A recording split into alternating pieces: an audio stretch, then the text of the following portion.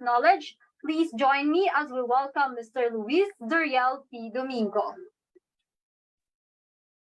Thank you very much, Laika, and also to Sir James for that wonderful opening remarks with regard to today's event.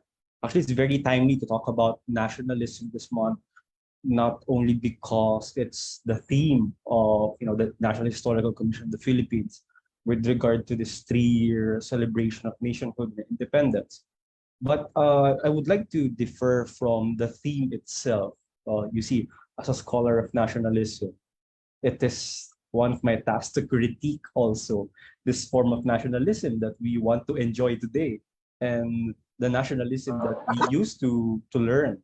I mean, to scholars, we've been, say, bombarded with a lot of scholarship with the Philippine Revolution. Then after that, you have the Philippine-American War. It's like, in Filipino, it's like, ulit na, parang sirang plaka. So I have a working paper right now. Actually, my talk today is composed of 3 papers put together, and this is my first time to present my ideas from these 3 papers with regard to what's the status now of Filipino nationalism at the present. So before we proceed to my talk, so allow me to share. Okay.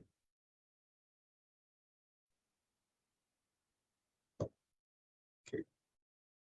So everyone can see them on the slide. Sir James, I would like to confirm. Yes. Okay. Yes, sir. Yes, sir. Okay. So again, good afternoon to everyone, and thank you to Pantalakayan for the invitation to this year's History Month.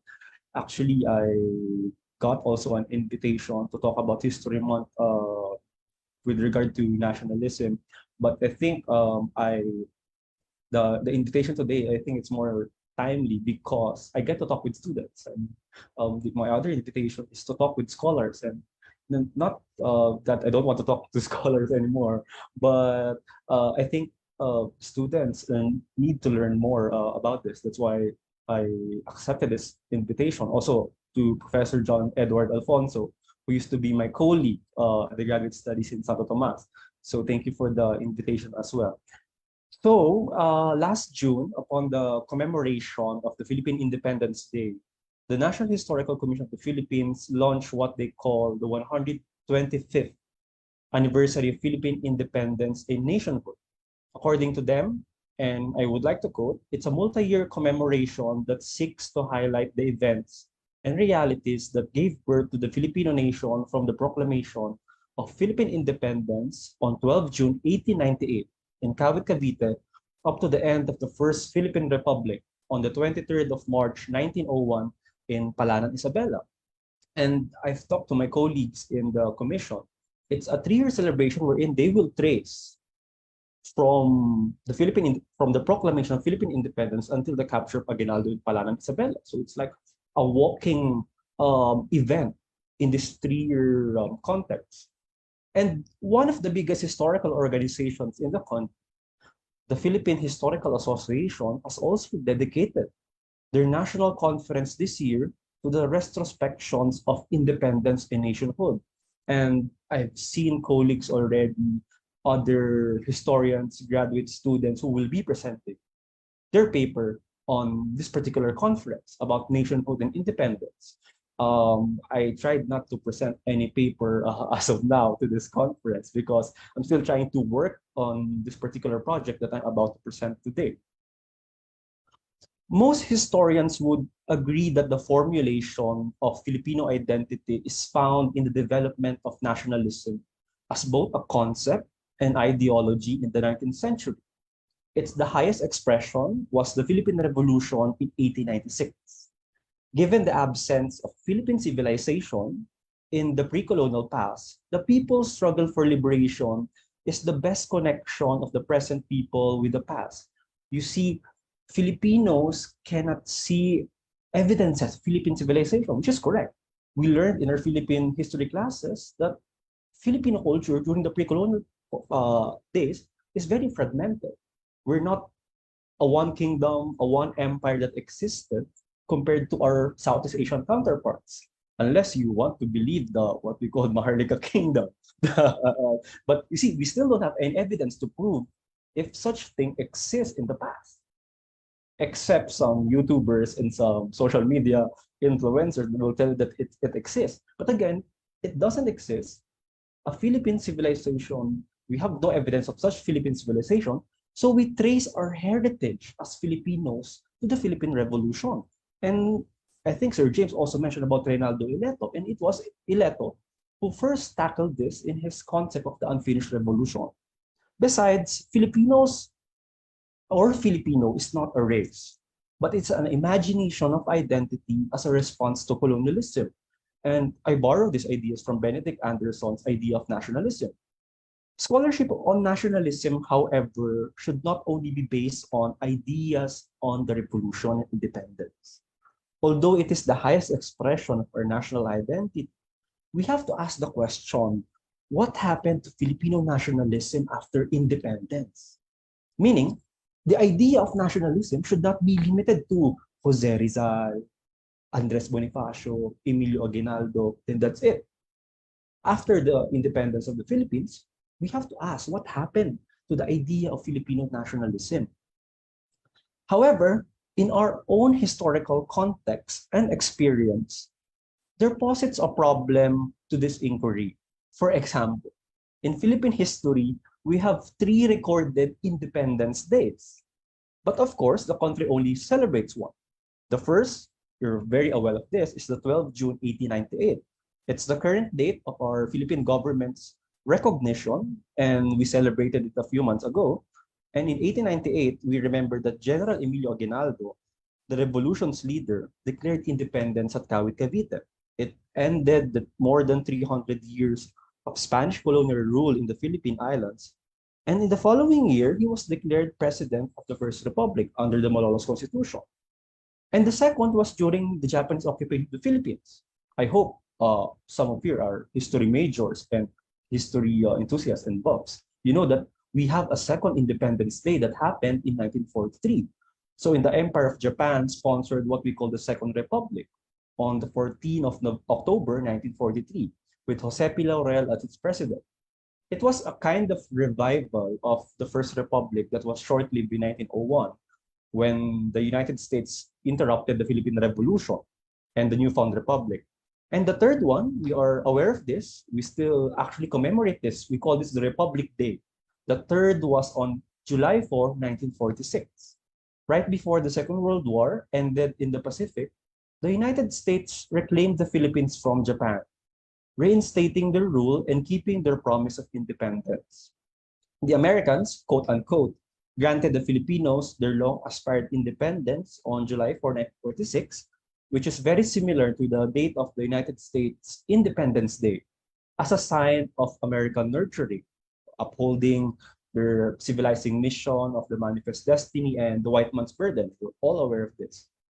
But to summarize my query, I now ask what happened to Filipino nationalism after post-EDSA era? Most of us here were born during the post-EDSA era, especially our students.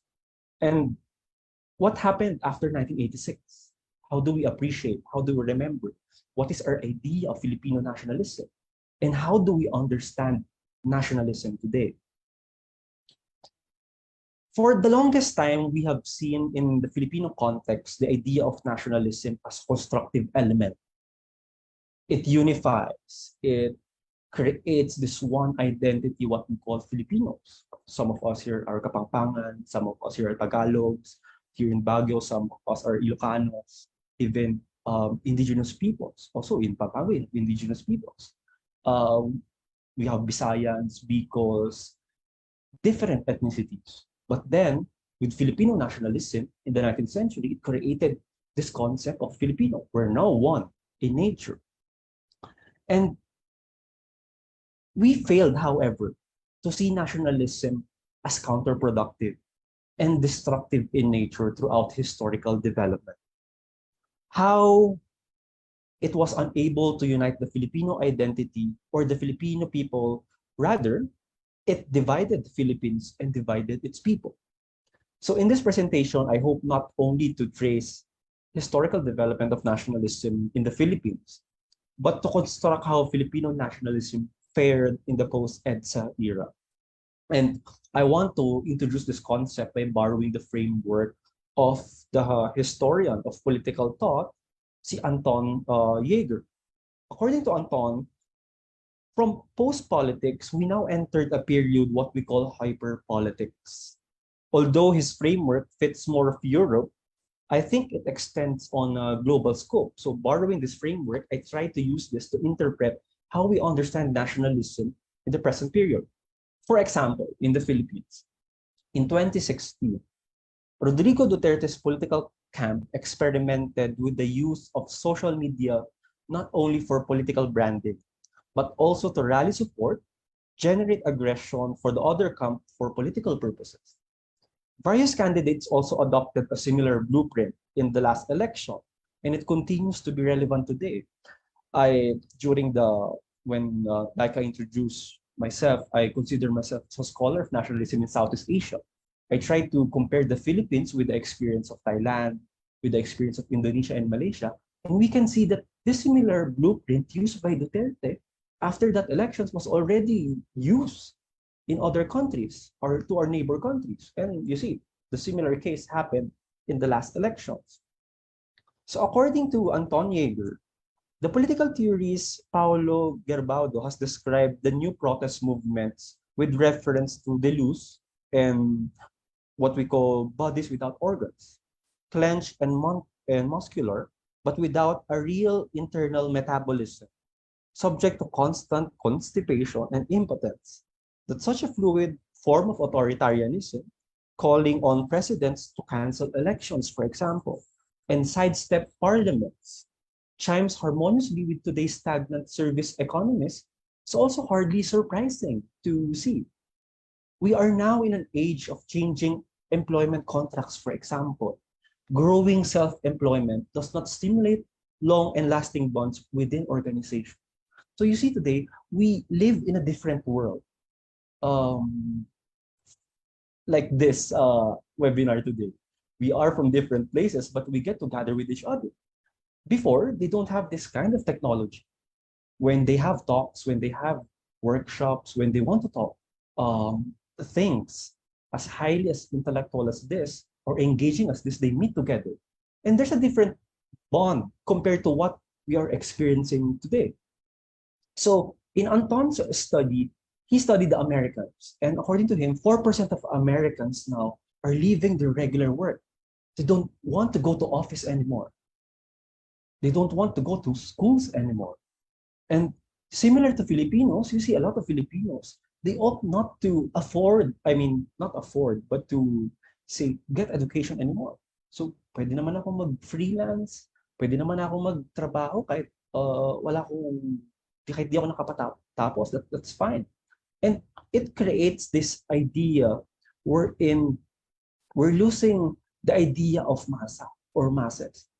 And we see the creation of the individual in today's time.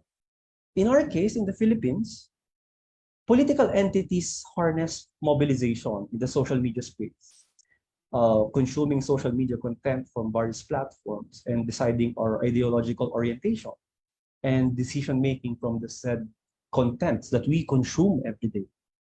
How come our idea of nationalism has become so brittle to the point that it is causing disunity and discomfort from our end? So we go back to these periods in our history. We need to trace how do we understand the idea of nationalism? First, we have the 1972 to 1986. This is the period of martial law, the period of Marcos. Then second, we have to understand 1986 to 2016. And to borrow the idea of Manolo Quezon, he called this the rise and fall of the Fourth Republic. And then third and last, we have the 2016 to the present. A lot of scholars, not only historians, political scientists, sociologists would call this the age of globalization 3.0, the age of technology. Again, to borrow Anton's term, the age of hyperpolitics, wherein our relation to politics is existing also in social media, not only in social media, but we're more engaged into political, say, orders, what we see in front of our screens. So before 1972, Filipino nationalism was still based on the idea of the Philippine Revolution. I know you're really aware of this. After 1946, you have the masses, for example, would rally behind the idea of they're now, say, the descendants of Bonifacio. They're now, say, the descendants of Katipunan. And Ray Ilato talk about this in the introduction of Passion and Revolution. Then you will have from a higher status, you will have Recto, for example. You will have Laurel returning to politics. They would be anti-American. The theme is still anti-colonial and anti-imperialism. Then you will jump to the first quarter storm in 1970. You will have a massive rally of students in front of Congress. These various student organizations would claim that the revolution of the Philippines in the 19th century is unfinished. So we have to continue. We have to reset everything. And we have to straight the direction of the country towards a better society or a better nation. So in 1972, Marcos declared martial law. So in the declaration of martial law, we learned that it's for the benefit of his political plans for creating a new society. And from 1972 to 1986, Filipino nationalism was used to reform this idea of society. Then Marcos would mention, let's make the nation great again. We have to be united to reform the society. But we know that this new society will fail later on during the EDSA people power. And after the EDSA people power, we have now 1986 to 2016. I used this particular photo by Dolphy, and I think you're familiar. I mean, perhaps me and Sir James or much older people are aware of the 1990s. The 1990s, according to Gavin Jacobson, is that it's a period without qualities. So people are not interested about politics anymore. They're more interested about pop culture. They're now more interested about fashion. They're interested now with television, with the internet. So people are not engaged in politics anymore. There's something to distract them from politics. But then, it's a cycle. Once you're distracted, of course, you're now missing politics. That's why later on, when this particular period, what we call the 1986 to 2016 will fail, it is worth to consider the argument that there's a declining consciousness towards hegemonic type of nationalism in the Philippines at the advent of globalization. We can blame globalization, for example. That's why Filipinos tend not to value the idea of nationalism anymore. Filipinos, there's a lot of pop culture ideas from Japan, for example. Then for the younger people, now pop culture from Korea, to the point that we forget anymore the idea of Filipino nationalism. I'm not saying it's bad, because we live in a society now that is borderless. We can travel or move from one place to another. And we again ask the question, sino nga ba ang Filipino? Ano nga ba ang nagko-constitute sa mga Pilipino? So, pag lumipat ka na ibang bansa, then you received your green card as an American, but then you still trace your ethnicity as Filipino, even though your citizenship is different anymore. And since the People Power Revolution of 1986 and the democratization of the Philippines in the 1990s, again, the 1990s is what we call an age without qualities. Filipinos have been wary of anything nationalistic. And nationalism for Filipinos is the reason why the country was put authoritarian rule of 1972. And this could only mean that Filipinos, behaviorally and politically, pursued a more liberal, impartial, and welcoming vision towards ideas and influences transgressing the national borders beginning in 1986. In other words, at some point, the idea of Filipinoness did not anymore become a sense of pride, except for some offshoots. Kumbaga, natutuwa na tayo na Uy, pag yung mga foreigner kumain ng adobo, wow, Filipino pride. Or pag nananalo si Pacquiao, doon lang tayo nagiging Filipino. But after that, we don't have the sense of Filipino-ness anymore. Correct? I mean, the age of qualities destroyed this idea of being together, of being one. The product of the Filipino independence and Filipino nation, because of the age without qualities, because of globalization, because of martial law that destroyed the idea of nationalism, because Marcos tried to reform the society, it seems to be problematic now. That's why from 2016 to the present, we saw how Filipino nationalism and hyperpolitics intertwined with each other. Change is coming. For example, you have the Duterte Youth Party list, who would start this rallying cry to a particular leader. And we can hear from them that Filipinos need, for example, mandated ROTC to be more nationalistic. How come Filipinos cannot be like South Koreans? How come Filipinos cannot be like Singaporeans who love their country? So perhaps we need to militarize, not only militarize, but we need a leader who will mobilize the people. And that started during 2016. We see how Filipino nationalism and hyperpolitics intertwined with each other. From pockets and offshoots of nationalism, we now see nationalism again from a national standpoint, to the point of rallying behind leaders who express the intention of unity, healing, honest government, decency, and among others. I'm not only saying that this is limited to one candidate. Almost all of the candidates want to use the idea of nationalism for political purposes, to unite the people, not only to unite the people, a sense of healing, a sense of honest government, for example, gobyerno kapag. And this is where my criticism of nationalism enters today, borrowing the ideas of hyperpolitics and the ideas of we now live in an age of technology. It really boils down to the question, alam ba talaga natin ang idea ng Filipino nationalism? What happened to the nationalism of before? Wherein it's very clear, if you're a nationalist during the 1950s, you hate the Americans. Why do you hate the Americans? Oh, because of neocolonialism. Our raw materials are being, say, harnessed by the Americans, then the finished products are being sold to us.